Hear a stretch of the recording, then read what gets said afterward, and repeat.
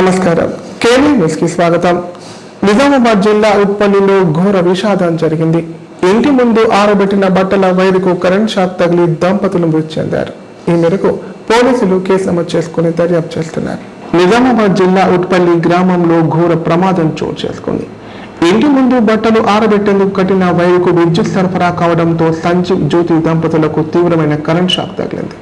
గమనించిన కుటుంబ సభ్యులు స్థానికులు దంపతులను ఆసుపత్రికి తరలించగా పరీక్షించిన వైద్యులు అప్పటికే వారు మృతి చెందినట్లు నిర్ధారించారు. ఈ ఘటనతో ముగ్గురు కూతుళ్లు తల్లిదండ్రులను కోల్పోయి అనాథలుగా మిగిలారు. దీంతో గ్రామంలో విషాద ఛాయలు అలుముకున్నాయి. మృతదేహాలను పోస్టుమార్టం కోసం బోధన్ జిల్లా ఆసుపత్రికి తరలించారు. కేసు నమోదు చేసుకున్న బోధన్ రూరల్ ఎస్ఐ రాజశేఖర్ దర్యాప్తు చేపట్టారు.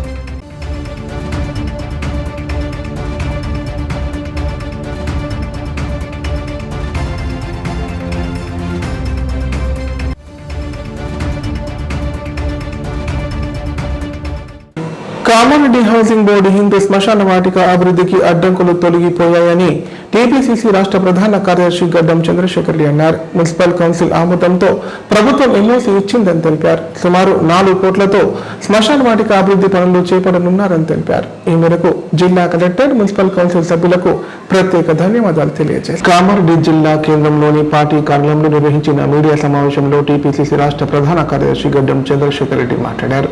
శ్మశాన వాటిక అభివృద్ధికి మున్సిపల్ కౌన్సిల్ ఏకగ్రీవంగా తీర్మానం చేయడం సంతోషకరమన్నారు. ఈ అభివృద్ధి పనులకు ఎస్ఆర్ ఫౌండేషన్ ముందుకు వచ్చిందని, ప్రస్తుతం ప్రభుత్వ ఆధీనంలో ఉన్న భూమిని సర్వే చేసి సుమారు 4 కోట్ల రూపాయల వ్యయంతో అభివృద్ధి ప్రణాళిక రూపొందిస్తామని చెప్పారు. అలాగే ఇందిరానగర్ కాలనీ శ్మశాన వాటిక అభివృద్ధికి మరో 2 స్వచ్ఛంద సంస్థలు వ్యాపారులను సంప్రదిస్తున్నామని వెల్లడించారు. హౌసింగ్ బోర్డు వద్ద అక్రమ కాల్వెట్టుపై మున్సిపల్ అధికారులు నోటీసులు జారీ చేయడాన్ని అభినందించారు. ఉద్యోగులపై రాజకీయ ఒత్తిళ్లు భయపడవద్దని, అలాంటి సమస్యలు వస్తే తన దృష్టికి తీసుకురావాలని సూచించారు. మాకు ఆదేశాలు జారీ చేస్తుందో వాళ్ళ యొక్క నిర్ణయం ప్రకారం, వాళ్ళ యొక్క ఆదేశాల ప్రకారం ముందుకు నడుచుకోవడం జరుగుతుంది. హిందూ శ్మశాన వాటికి సంబంధించినటువంటి పూర్తి మ్యాపింగ్ సర్వే, ప్రభుత్వం యొక్క సర్వే మరియు వాళ్ళ యొక్క ప్రైవేటు సర్వే ద్వారా పూర్తిగా సర్వే నిర్వహించేసి మొత్తం అది ప్లేస్ ఎంత విడుదల ఉన్నది, దాంట్లో వాళ్ళు ఏమేమి చేయబోతున్నారు అనేటువంటిది డీటెయిల్ ప్లానింగ్ రిపోర్ట్ డిపిఆర్ ద్వారా సమర్పిస్తారు. అది సమర్పించిన వెంటనే నేను మీడియా ముందు కూడా తెలియజేస్తాము. అంటే అక్కడ ఏమేమి వాళ్ళు సమర్పిస్తారు అనేది, దాని ప్రకారమే దాని యొక్క వ్యయం అనేది అంచనా వేయబడుతుంది. కాబట్టి అప్పుడు అంచనా వేసినటువంటి వ్యయాన్ని కూడా మేము ముందు తీసుకురావద్దాం. సుమారు వచ్చిరు అని అంటే గతంలో ఉన్నటువంటి మంచి చెడులు అన్నింటినీ కూడా గ్రహించుకోవాల్సి ఉంటుంది. కాబట్టి ఇప్పుడు జరిగేటువంటి మంచి గురించే మనం ఆలోచించాల్సి ఉంటుంది. కాబట్టి అవన్నీ కూడా సర్వసాధారణమే. కానీ వీటన్నిటి వల్ల కూడా మనకు end of the day result ఏమొచ్చిందంటే మేలే జరిగిందని చెప్పి నేను ఆలోచిస్తున్నాను.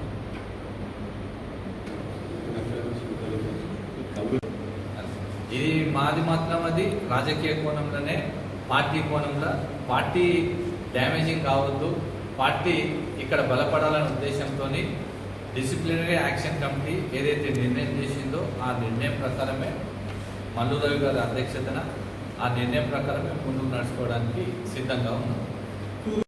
మున్సిపల్ కౌన్సిలర్లకు, కోఆప్షన్ సభ్యులకు, అదేవిధంగా సహకరించినటువంటి మున్సిపల్ ఉన్నటువంటి కాంగ్రెస్ పార్టీ కౌన్సిలర్లకు, బీజేపీ పార్టీ కౌన్సిలర్లకు, బీఆర్ఎస్ పార్టీ కౌన్సిలర్లు అందరూ కూడా ఏకగ్రీవ తీర్మానంతో హిందూ శ్మశాన వాటిక అభివృద్ధి గురించి ముందుకు రావడం మేము కాంగ్రెస్ పార్టీ తరఫున అందరం కూడా హర్షం తెలియజేస్తున్నాం.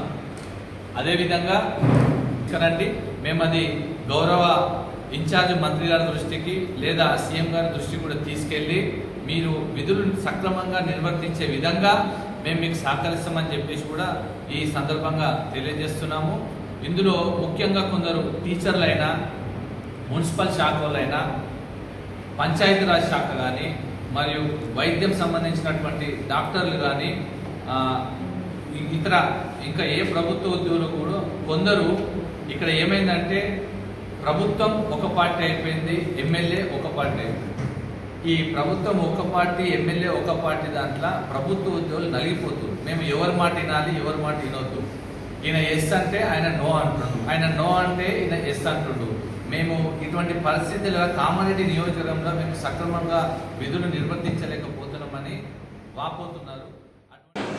భారతీయ సంస్కృతిలో అనేక విశిష్టమైన ఆచారాలున్నాయి.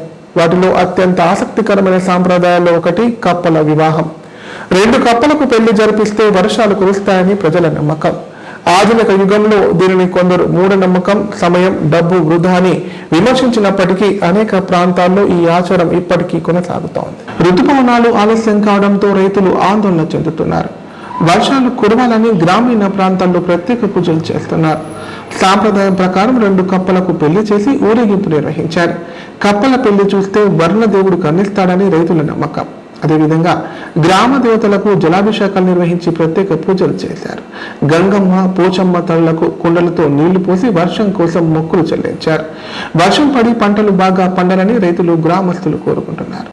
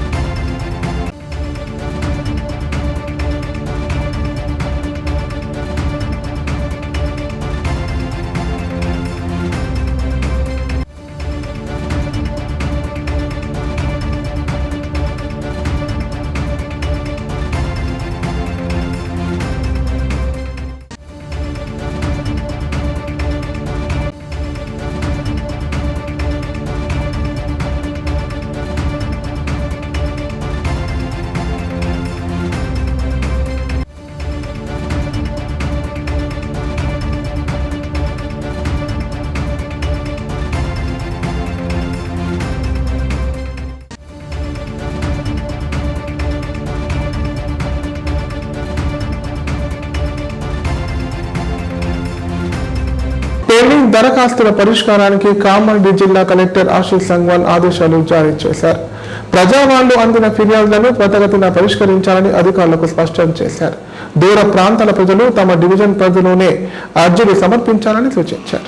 ప్రజల సమస్యల పరిష్కారానికి అధిక ప్రాధాన్యత ఇస్తున్నామని కామారెడ్డి జిల్లా కలెక్టర్ ఆశీష్ సంగ్వాన్ తెలిపారు. సోమవారం కలెక్టరేట్ సమావేశ మందిరంలో ప్రజావాణి కార్యక్రమం నిర్వహించారు. సందర్భంగా కలెక్టర్ 125 వినతులు స్వీకరించారు. భూ వివాదాలు, సంక్షేమ పథకాలు, పెన్షన్లు, రెవెన్యూ అంశాలకు సంబంధించిన ఫిర్యాదులు అందాయి. అందిన ప్రతి దరఖాస్తును సంబంధిత శాఖల అధికారులు క్షుణ్ణంగా పరిశీలించి నిర్దేశిత గడువులో పరిష్కరించాలని ఆదేశించారు. దూర ప్రాంతాల ప్రజలు జిల్లా కేంద్రానికి రాకుండా తమ డివిజన్ పరిధిలోని అర్జీలు సమర్పించాలని సూచించారు. ఈ కార్యక్రమంలో అదనపు కలెక్టర్లు Victor, Giri, trainee deputy collector Raviteja, ZPCO Chandar, DRO Pandu, జిల్లా స్థాయి అధికారులు, సిబ్బంది పాల్గొన్నారు.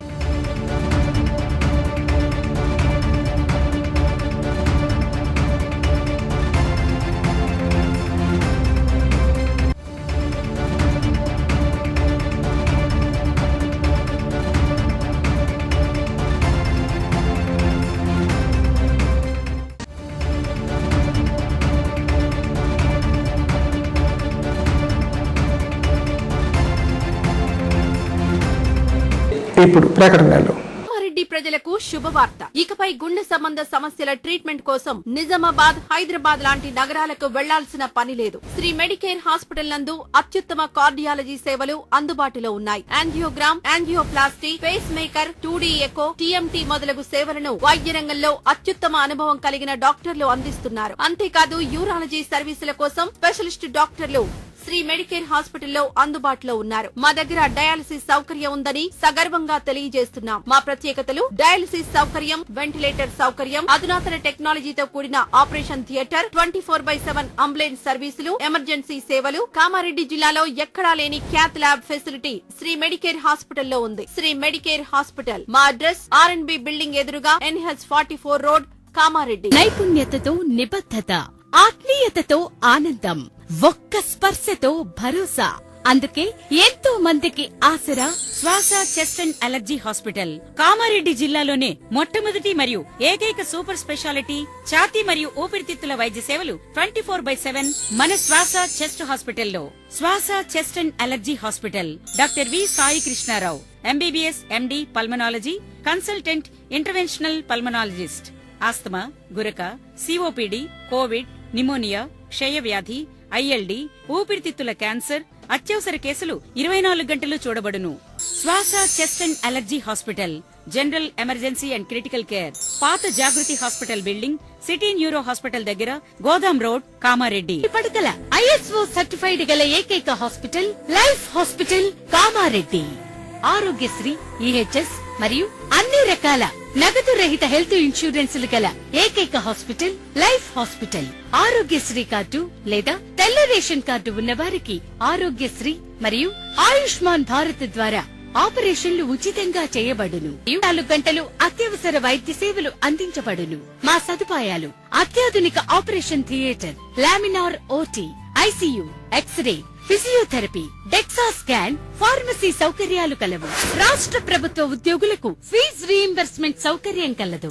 సంప్రదించండి. లైఫ్. తెలంగాణలో మొట్టమొదటిసారిగా అధునాతన పద్ధతిలో నరాల, మానసిక, sex, alcohol, fits treatment, AC intensive care unit ఇప్పుడు మన నిజామాబాద్ లో doctor B Keshavulu MD psychiatry, Osmania గారి ఆధ్వర్యంలో అన్ని సదుపాయాలు గల అత్యాధునిక అతిపెద్ద హాస్పిటల్ ప్రారంభించబడ్డది. నరాల బలహీనతలు, తలనొప్పి, ఫిట్స్, పళ్లు బిగపట్టడం, భయం, గుండెదడ, డిప్రెషన్, ఒంటరితనం, మంత్రాలు చేతబడి చేశారని అనుమానపడటం, వ్యతిరేకమైన ఆలోచనలు, తన గూర్చి మాట్లాడుకుంటున్నారని, చంపడానికి వస్తున్నారని భ్రమపడటం, ఆల్కహాల్ ను మాన్పించుటకు అడ్మిషన్స్ సౌకర్యం గల తెలంగాణలోనే అతిపెద్ద hospital doctor Keshavulu hospital. Bus stand ఎదురుగా లైన్, ఖలీల్ వాడి, నిజామాబాద్. ఫోన్ 08462255189. బాన్సువాడను స్వచ్ఛ బాన్సువాడగా మార్చేందుకు మున్సిపల్ అధికారులు ప్రత్యేక చర్యలు చేపట్టారు. వార్డులలో పారిశుద్ధ కార్యక్రమాలు నిర్వహించిన కమిషనర్ ప్రజల సహకారం కోరారు. కామారెడ్డి జిల్లా బాన్సువాడ మున్సిపల్ పరిధిలోని 3వ వార్డులో ప్రత్యేక పారిశుద్ధ కార్యక్రమం నిర్వహించారు. ఈ కార్యక్రమంలో స్థానిక కౌన్సిలర్ హకీం, మున్సిపల్ కోఆప్షన్ సభ్యులు కాసుల రోహిత్, కమిషనర్ గోపు గంగాధర్ పాల్గొన్నారు. ఈ సందర్భంగా కమిషనర్ గంగాధర్ మాట్లాడుతూ బాన్సువాడ పట్టణాన్ని పరిశుభ్రంగా ఉంచడంలో ప్రజల సహకారం చాలా ముఖ్యమని తెలిపారు. ఇళ్ల నుంచి వచ్చే తడి చెత్త, పొడి చెత్తను మున్సిపల్ చెత్త బండిలోనే వేయాలని చెప్పారు. వర్షాకాలంలో రోగాలు రాకుండా మన బాన్సువాడను మనమే కాపాడుకుందామని పిలుపునిచ్చారు. ఈ కార్యక్రమంలో పట్టణ ప్రజలు, మున్సిపల్ సిబ్బంది పెద్ద ఎత్తున పాల్గొన్నారు.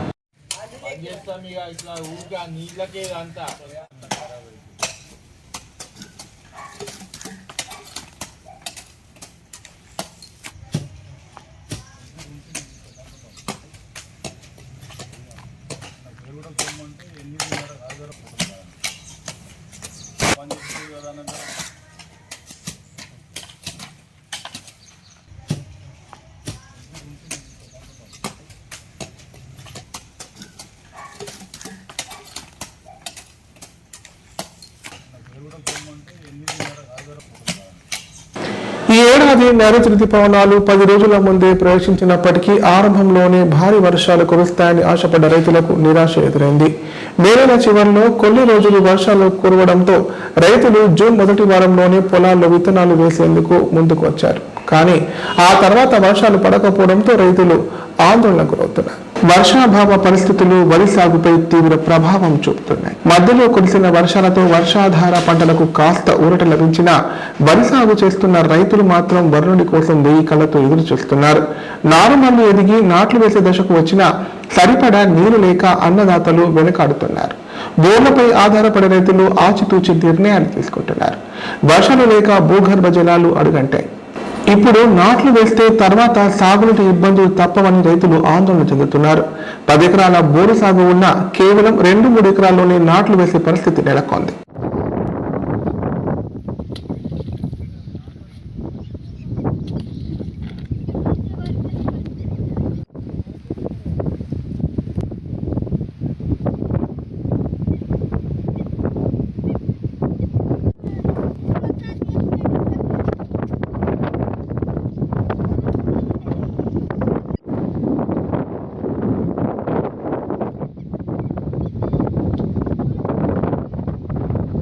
వార్తలు ఇంతటితో సమాప్తం. తిరిగి ప్రసారమయ్యే వార్తల్లో మళ్ళీ కలుద్దాం. అంత సెలవు. చూస్తూనే ఉండండి K9.